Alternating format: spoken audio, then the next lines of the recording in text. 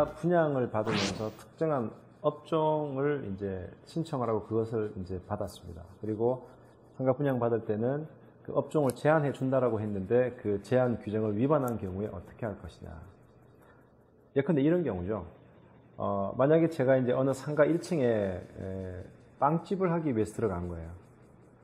이제 이게 상가가 총 4층짜리 상가인데 당연히 이 상가에는 빵집은 나만 있어야 되겠다 이런 생각을 하겠죠. 이제 그래서 이제 계약을 하면서 자 여기 빵집은 그러면 나밖에 안 들어오죠. 아, 네 그렇습니다.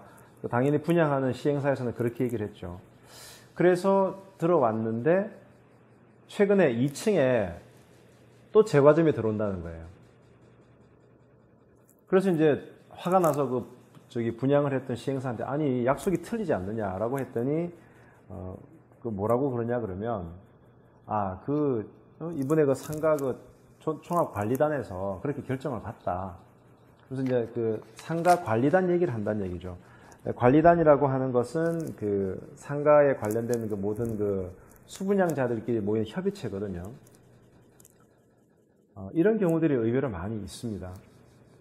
이제 뭐 명예퇴직을 하고 돈 탁탁 틀어가지고 이제 이걸로 뭔가 시작하려고 하다 보면 상가를 분양받을 때는 당연히 이 업종이 이 상가에 하나만 있어야 되겠죠.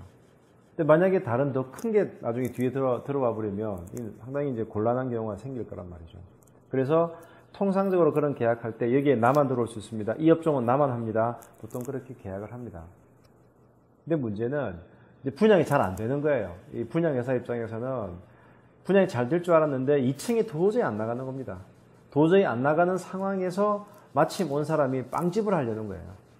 1층에 빵집이 있는데 하지만 분양회사는 빨리 이거 분양을 해야 될 것 같고 그래서 약속을 위반하고 이렇게 분양을 하는 경우들이 왕왕 있습니다. 그래서 뭐 치과 간의 분쟁, 제과점 간의 분쟁, 미용실 간의 분쟁, 꽤 많은 분쟁을 제가 접했었습니다.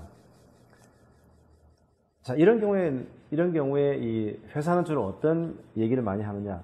아니, 그 관리단이 있습니다. 관리단에서 그렇게 결정했습니다. 관리단은 이제 보통 그 분양받은 사람의 과반수로서 결의를 하거든요.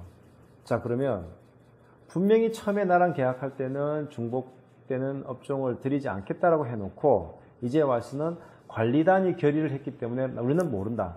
과연 이 경우에 어떻게 되겠느냐? 이런 사안에 대해서 우리 대법원 판결은 일관됩니다. 책임을 지라는 거죠. 즉 관리단에서 어떤 전체적인 그 상가 운영에 관한 것은 결의할 수 있겠지만 특정한 어떤 한 사람이 계약을 하면서 업종에 대해서 제안을 하고 들어온 사람의 약속을 깨는 것까지 관리단이 할 수는 없다. 그 부분까지 관리단이 권한을 박탈할 수 없다는 것이 우리 대법원의 일관된 견해입니다. 때문에 아까 같은 사례에서 2층에다가 이렇게 들어오려고 하는 그런 상황에 대해서는 그것을 막을 수 있도록 그 분양회사에다가 손해배상을 청구한다든가 아니면 심한 경우에는 사기죄로 고발을 한다든가 이런 식의 여러 가지 법적인 대항 방법이 가능합니다. 자, 정리하겠습니다. 우리가 상가를 분양을 받으면서 특정한 업종에 대해서 분양을 받고 이 업종에 대해서는 더 이상 다른 사람 들이지 맙시다 라고 약속을 하고 계약을 했는데 분양회사가 자기네 사정 때문에 중복업종을 다른 층에다가 이렇게 입주를 시킨다. 그러면서 이거는 관리단에서 그렇게 결의했다 라고 하더라도 그런 관리단의 결의가 있다 하더라도 이 상가 분양을 받은 그 사람의 독점적인 권리는 침해되지가 않습니다. 따라서 이 부분에 대해서는 얼마든지 손해배상 책임을 진다든지 하는 식의 그 법적 부재가 가능하다는 점을 잘 알아두시길 바랍니다. 네, 감사합니다.